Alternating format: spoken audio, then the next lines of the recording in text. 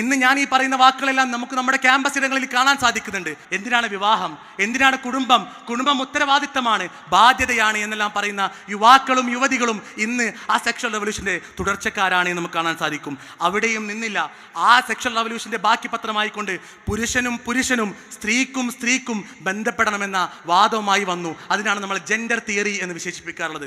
ഒരുപക്ഷെ നിങ്ങൾ ഈ അടുത്ത കാലത്തായി LGBTQIA+ എന്ന് പറയുന്ന വൈകൃതങ്ങൾ നിറഞ്ഞ മഴവിൽ പൊതികൾ അണിഞ്ഞുകൊണ്ട്, പുരോഗമനത്തിന് മേൽക്കുപ്പായം അണിഞ്ഞുകൊണ്ട് നമ്മുടെ മുമ്പിൽ അവതരിപ്പിക്കുന്ന ഈ LGBTQIA+ എന്ന ജെൻഡർ തിയറിയിലെ ആശയങ്ങൾ ആദ്യമായി പൊട്ടിപ്പുറപ്പെടുന്നത് ആ സെക്ഷൽ റവല്യൂഷന്റെ കാലഘട്ടത്തിലായിരുന്നു. പുരുഷന് ഒരു നിമിഷം സ്ത്രീയായി തോന്നുകയാണെങ്കിൽ അത് അംഗീകരിക്കണമെന്നും, ഒരു സ്ത്രീക്ക് പുരുഷനായി തോന്നുകയാണെങ്കിൽ അത് അംഗീകരിക്കണമെന്നും, അല്ല മനുഷ്യന് പട്ടിയായി തോന്നുകയാണെങ്കിൽ ഞാൻ മൃഗമാണ് എന്ന്, ഞാൻ പട്ടിയാണ് എന്ന്, ഞാൻ പൂച്ചയാണ് എന്ന് അംഗീകരിക്കണമെന്നുമെല്ലാമുള്ള വാദത്തിലേക്ക് അവർ എത്തി.